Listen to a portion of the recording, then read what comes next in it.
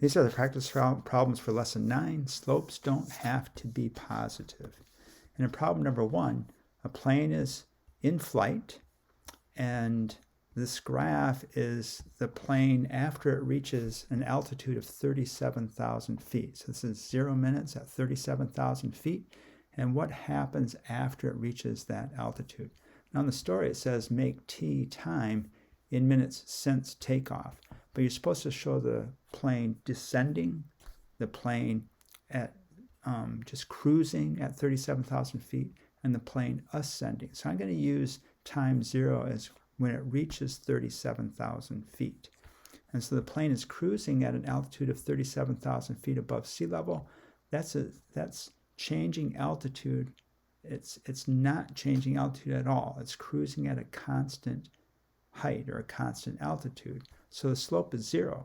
The vertical change is 0. It's not changing at all. So if you travel at 37,000 feet, not changing altitude at all for 5 minutes, then you will have changed 0 feet. But then you also have to add the 37,000 feet that you reached when we started graphing this situation. For B, the plane is descending at a rate of 1,000 feet per minute. So it's going down. So that's a negative slope.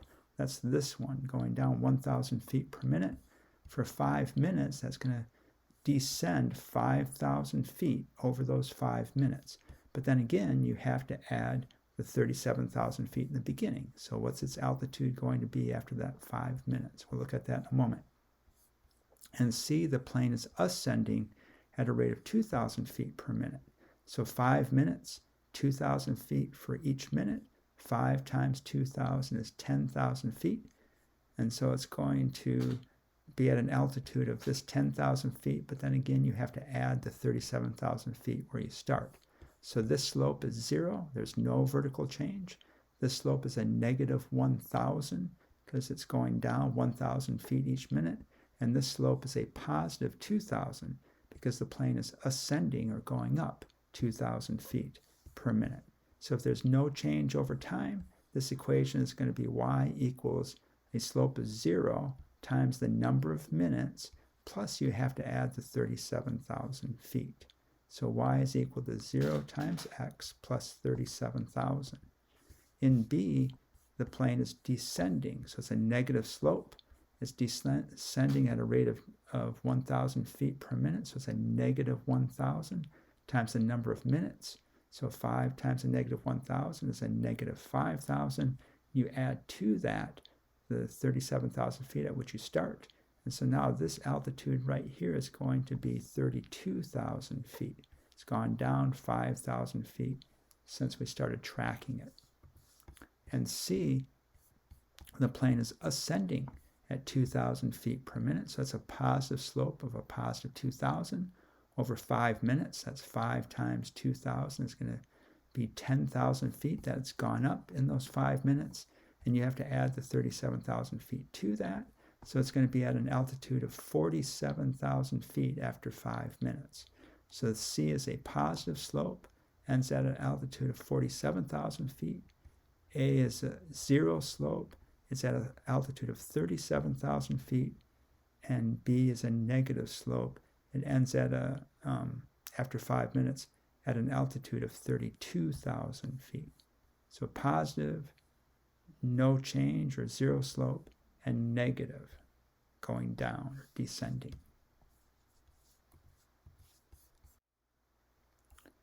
This is problem number 2. A group of hikers have gone into a campsite. They parked their car at the beginning of the trail, and they hiked into the campsite a certain distance, which we're going to calculate in a few minutes. The next morning, they head out on their hike, and so this graph is a graph of the distance that they've traveled away from the car. Now notice it's not away from the campsite, but it's away from the car. And they walk at a steady rate, and the graph shows their distance in miles d from the car. And the x-axis shows the number of hours that they've hiked. Now I'm going to write the equation for this line right in the very beginning before I look at anything else. Label the axes, miles from the car. This is the number of hours. We'll take a look at this before we actually look at the questions. All right, so this, to write the equation, let's first figure out the slope. And the slope is the change in the horizontal direction. So that's a change of 1 hour, so 1 unit. And what's the change in the vertical direction along the y-axis for that 1 hour change in the horizontal direction? Well, that's a change of 3 miles. It's gone up 1, 2, 3 miles after 1 hour. Go another hour, goes up another 3 miles. 1, 2, 3. Go another hour, goes up another 3 miles. 1, 2, 3. So this slope is that change in the vertical units of 3 miles divided by the change in the horizontal units, or along the x-axis, of 1 hour. So 3 divided by 1 is equal to 3. So the slope is 3, and they move 3 miles further away from the car each hour. But they start at how many miles from the car? Well, it crosses the y-axis at 4. So they start at 4 miles away from the car. So their campsite was actually at 4 miles away from the car. And then they start hiking 3 miles further away from the car each hour. So they get 3 miles further away, another hour, 3 miles further away. But don't forget, you have to add that 4 miles that they're already away from the car. So let's figure out the left side of the equation now. So remember that this point right here is at 0, 4. So we're going to figure out this equation, the equation for this line. We're going to use x and y up here.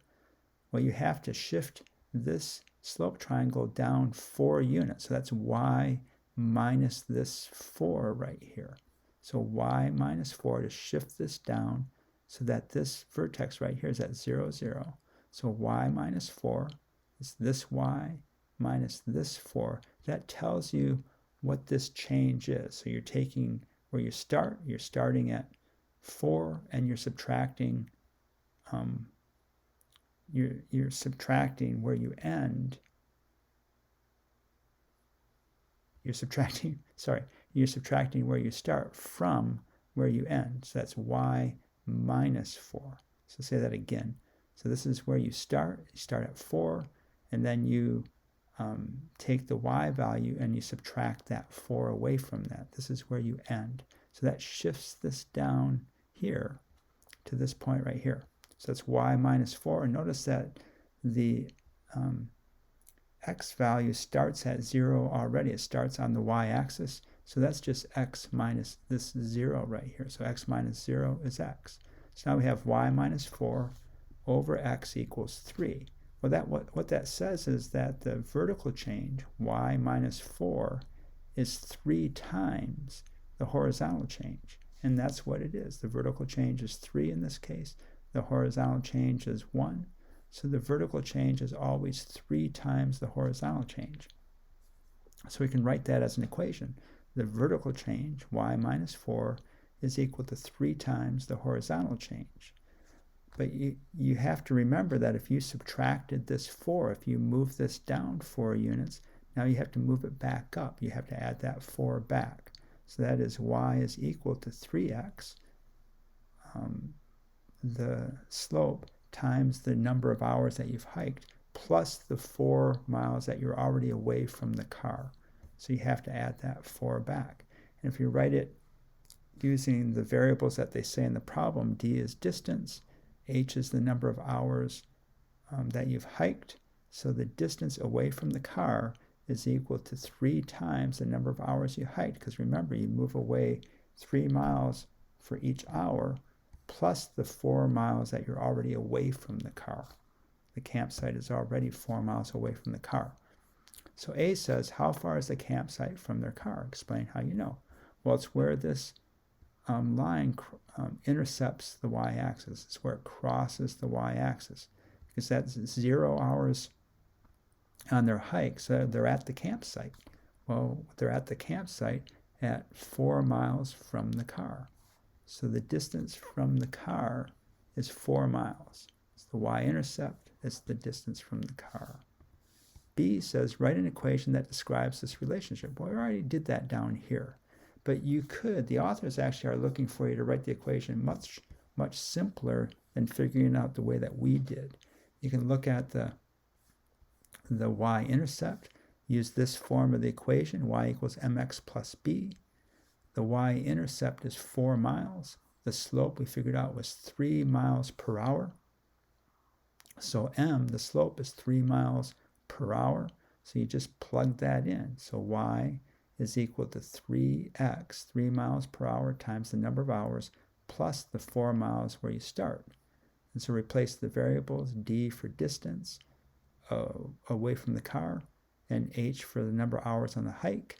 So the distance from the car is going to be 3 miles per hour times the number of hours plus the 4 miles that you're already away from the car. So this equation is d is equal to 3 times the number of hours you've hiked plus the 4 hours that you're already away from the car. And C says, after how many hours will the hikers be 16 miles from their car? Explain or show your reasoning. So how do you make this d equal to 16? So it's equal to 16. So what do you have to use for the number of hours to get this side of the equation equal to 16? Well, you have to add the 4 miles to the distance that you're already away from the car at the campsite. So take that 4 miles off. So 16 minus 4 gets you to 12. And so now you just have to make that 3h equal to 12. So how do you get 3 times some value equals to 12? 3 times what number equals 12? That's 12 divided by 3. 12 divided by 3 is 4. So at 4 hours, they've hiked for 4 hours. They are now 16 miles away from the car. So 3 times 4 hours. 3 times 4 is 12, plus the 4 hours that the campsite's away from the car means the total distance from the car is 16 miles. So in 4 hours, they're 16 miles from the car. This is problem number 3.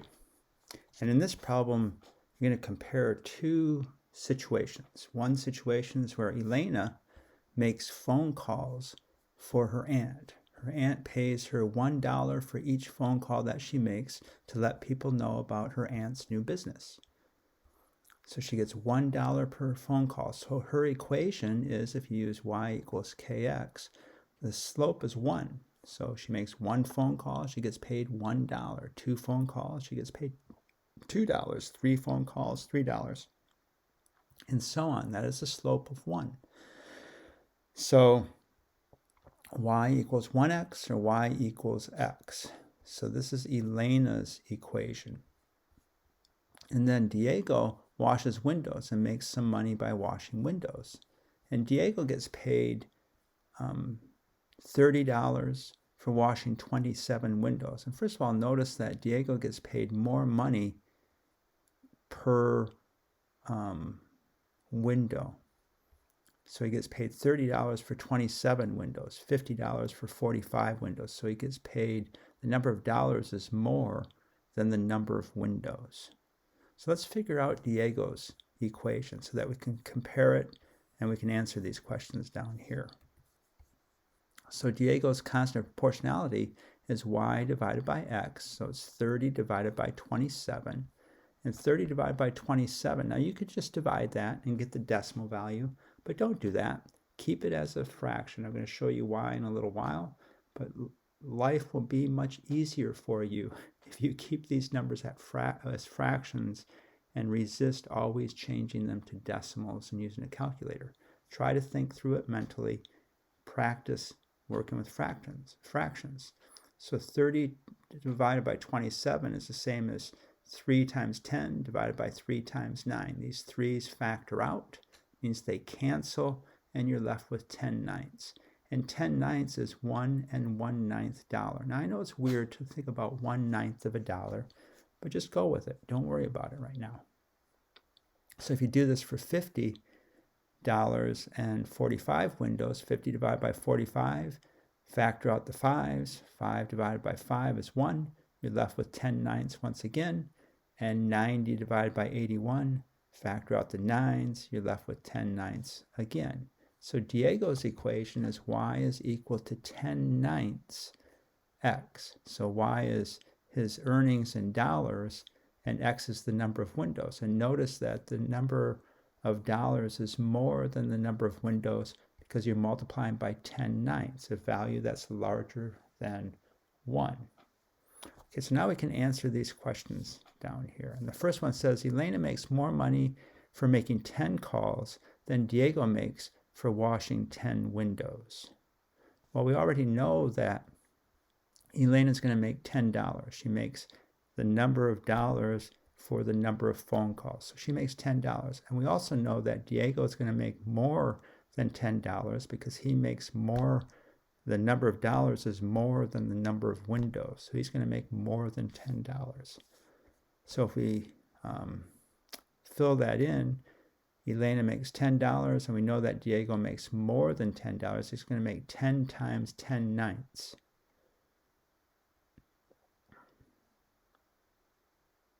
So that's going to be $10 and 10/9 of a dollar, 11 1/9 dollars. Actually, if you figure that out a little bit.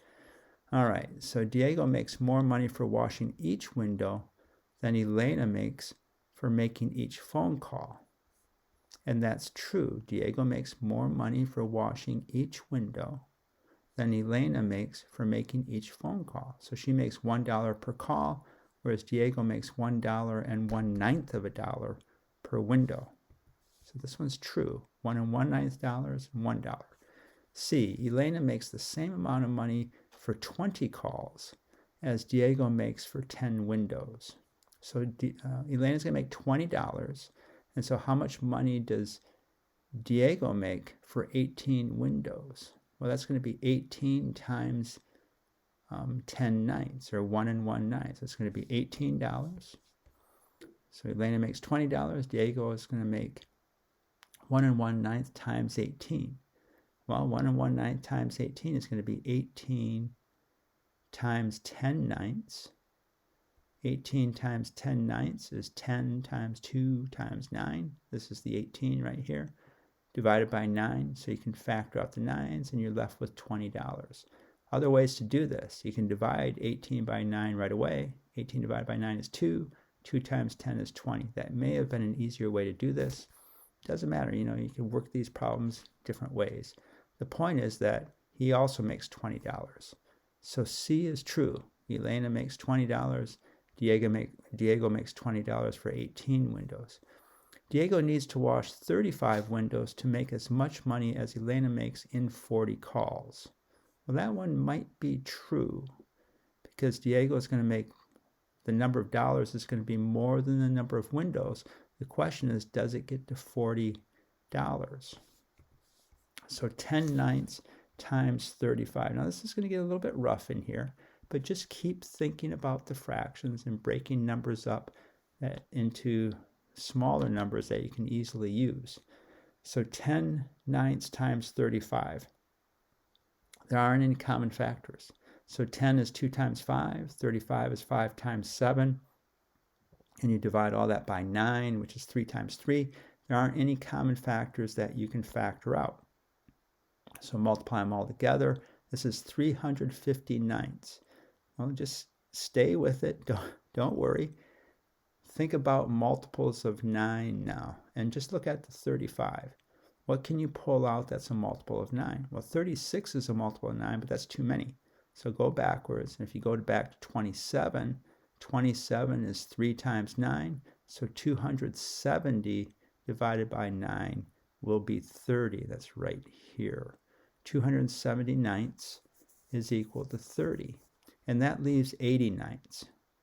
Well, 80, you can't divide 80 by 9 either and get a whole number as an answer, but you can go back to 72. So pull out 72/9. 72 divided by 9 is 8, and that leaves you with 8/9. So this answer is 30 plus 8 plus 8/9, or 38 and 8/9. So that's not $40. So Diego does not make $40 for washing 35 windows. So this is not true. We're going to come back to this problem in a few minutes because how many windows does Diego have to wash to get to $40? And you see this is pretty close to 40. So what does he have to do? E, the equation y equals 9/10 x, where y is the number of dollars and x is the number of windows, represents Diego's situation. Well, you know that's not true, because this is going to give you a smaller number of dollars than windows washed. So x is the number of windows, and 9/10 of x is a smaller number than whatever x is. That would be the number of dollars, but we know that the number of dollars is more. So this is actually the reciprocal. The equation actually is up here. It's y equals 10/9 x, not y equals 9/10 x. So this one's wrong. And finally, the last one, the equation y equals x, where y is the number of dollars and x is the number of calls, represents Elena's situation. We wrote that up here, y equals x, y equals x. She makes the same number of dollars as she makes phone calls. So y equals x. So that one's true. So the statements that are true are B, C, and F. And you can end here and say, gee, I'm done. But let's not do that. Let's look a little bit further at Diego's calls, and especially this problem right here, 3D, the 35 windows. All right, so Diego's earnings are y, and the number of windows are x. So y equals 10/9 x. So the number of dollars, which is y, is more than the number of windows washed. So more than $1 per window. And actually, it's exactly 1/9 of a dollar more per window. Now, if you go the other way, if you know the number of dollars, how many windows is that? Well, it's going to be 9/10 the number of dollars. So notice that if you plug in $40, which was the answer back here for D, for Elena's calls, if you plug in $40, how many windows does Diego have to wash to get to $40? Well, he has to wash 36 windows. Because notice that 9/10 of 40, 1/10 of 40 is 4. So 9/10 of 40 is just 40 minus that 1/10. 40 minus 4 is 36. Another way of working it out is say 40 divided by 10 is 4. 9 times 4 is 36. So a couple of different ways to look at this, but the point is that to make $40, Diego has to wash 36 windows. So 35 windows, he got $38.89 of a dollar. So he needs 36 windows to get to $40. So how much does he have to add to this 38 8/9? He has to add $1 plus 1/9 of a dollar. So if you do that, $38 plus $1 is $39, and then 8/9 plus 1/9 is $1. So you get to the $40 per 36 windows. The reason I'm doing this is just to build up your number sense a little bit more and to not be afraid of fractions. Work with the fractions. Your life will be easier. And let me just go one step further and show you that there's an interesting pattern in this table. So I changed this table and I wrote in multiples of 9 all the way down. So 1 times 9, 2 times 9, 3 times 9, 4 times 9, 5 times 9. Because notice, if you look at each of these numbers, these are each multiples of 9.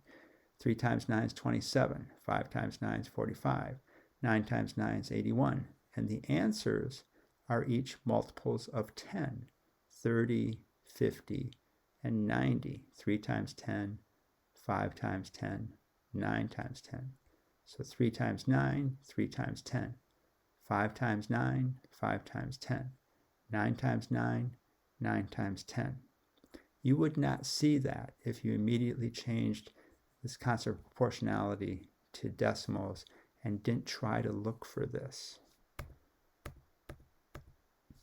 So if you make that change, write it all the way down. So it's 9, 18, 27, 36, all the way down to 81.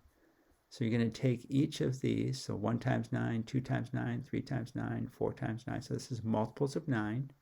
Multiply them by the constant proportionality, which is 1 1/9, and you get an answer of 9 plus 9/9. So this is 9 plus 1 is 10. number 2, 2 times 9 is 18. That's going to be 18, because 18 times 1 is 18, plus 18 ninths. Well, 18 ninths is 2. So this is 18 plus 2 is 20. This is 27 plus 3, 30. 36 plus 4 is 40. 45 plus 5 is 50.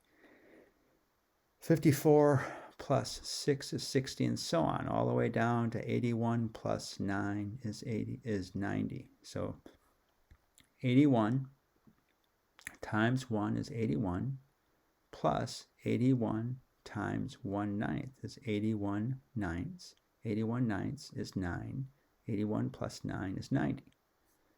So if you work out the concept of proportionality, just working backwards a little bit, this is 10 divided by 9 is 1 and 1/9. 20 divided by 18 is 1 and 1/9. 2 18s is 1/9. 30 divided by 27 is 1 and 1/9. 3 27ths is 1/9. So I would invite your students to complete this table working down these columns. Now, one last way to look at this is just pull out just 45, for example. And I'm going to go back to what I said before, is if you begin with a multiple of 9, so these are all multiples of 9, 9, 18, 27, 36, 1 times 9, 2 times 9, 3 times 9, 7 times 9, 9 times 9, all multiples of 9. You end with a multiple of 10. 1 times 10, 2 times 10, 3 times 10, down to 9 times 10. A little bit more why that happens. So you're multiplying 45 times the constant of proportionality, which is 10 ninths. So you can rearrange this multiplication. So you can rearrange this to be 10 times 45 ninths. You can divide 45 by 9 first and then multiply by 10. Or write it as 10 times 45 ninths. Well, 45 ninths is the same as 1/9 of 45. So either one of these you can work with, doesn't really matter. The point is that 45 ninths is 5, or 1/9 of 45 is 5. Well, then what do you do with that 5? You multiply it by 10. So you begin with a multiple of 9, divide by 9, so that's going to give you a whole number as an answer, because it's a multiple of 9, and then you end up multiplying by 10. So begin with a multiple of 9, end with a multiple of 10. So interesting patterns fall out, and I encourage students to play around with it, just to look at it. This will help your working with fractions in the future and just developing at a deeper level your sense of how numbers work. This is the last problem, problem number 4, and it says that each square on a grid represents 1 unit on each side. Match the numbers with the slopes of the lines.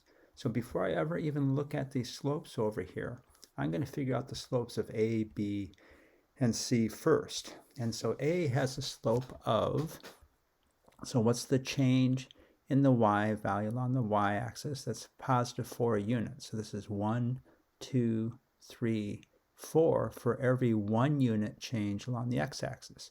So this is 1 unit up 4 units. 1 unit up 4 units, 1 unit up 4 units. So the y change is 4 and the x change is 1. Well, 4 divided by 1 is 4. So this has a slope of 4. B has a much shallower slope. It's much less steep than A. Still a positive slope though, still going from the lower left to the upper right. So this has a change of 4 units along the x-axis and 1 unit along the y-axis. So for every 4 units, it goes up 1. 4 units up 1. 4 units up 1. So that is a slope of 1/4, or a positive 1/4. So the y change is positive 1. And the x change is positive 4. So this is a slope of 1/4. And C has a negative slope, but its absolute value is the same as B. So the absolute value of 1/4 is 1/4. The absolute value of a negative 1/4 is 1/4. So it's the same absolute value, but this is a negative slope because it's going from the upper left to the lower right. So why is it negative? Along the horizontal axis, the change is 4 units, but along the y-axis, it's a -1. So +4, -1, +4, -1. So the y change is -1. The x change is +4. So a -1 divided by a +4 is a -1/4. So C matches number 1, -1/4. B matches number 2, a +1/4. So these have both the same absolute values. They just have opposite slopes. And 3 matches A, which is a slope of 4. And one last note, how many times steeper is A than B? What do you have to multiply 1/4 by to get to 4? And that answer is 16 times as steep. 16 times 1/4 is equal to 4. Twice as steep would be 2/4.